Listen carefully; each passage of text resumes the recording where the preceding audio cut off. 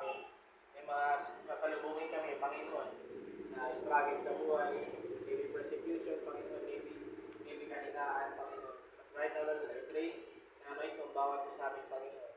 Every time na manghihina kami, ikaw yung maaalala namin, Panginoon. Every time na hahanap kami ng comfort, Panginoon, ikaw yung maaalala namin, Panginoon. Anoin ko po ang bawat isa sa pag-serve nila, Panginoon, sa iyo, Panginoon. Lord, itong churches ng Panginoon, mga anak ko, Panginoon, ng leader, mga anak ko, Panginoon, ng pastor, mga anak ito ng magandang simbahan. Lord, salamat po sa privilege, Panginoon, na makatulong sa church po na ito, Panginoon. Salamat po sa pagpapala na ibinigay mo sa amin, Panginoon. Maging part ng inyong simbahan.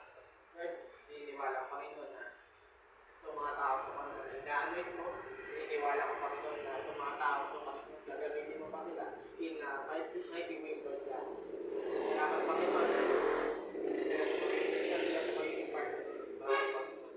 Isa sila sa mga foundation ng simbahan ito, Panginoon. Salamat, Panginoon, sa buhay ito. Naniniwala ko, Panginoon, na magkakaroon ng tagumpay. Lord, salamat po sa magandang sound system,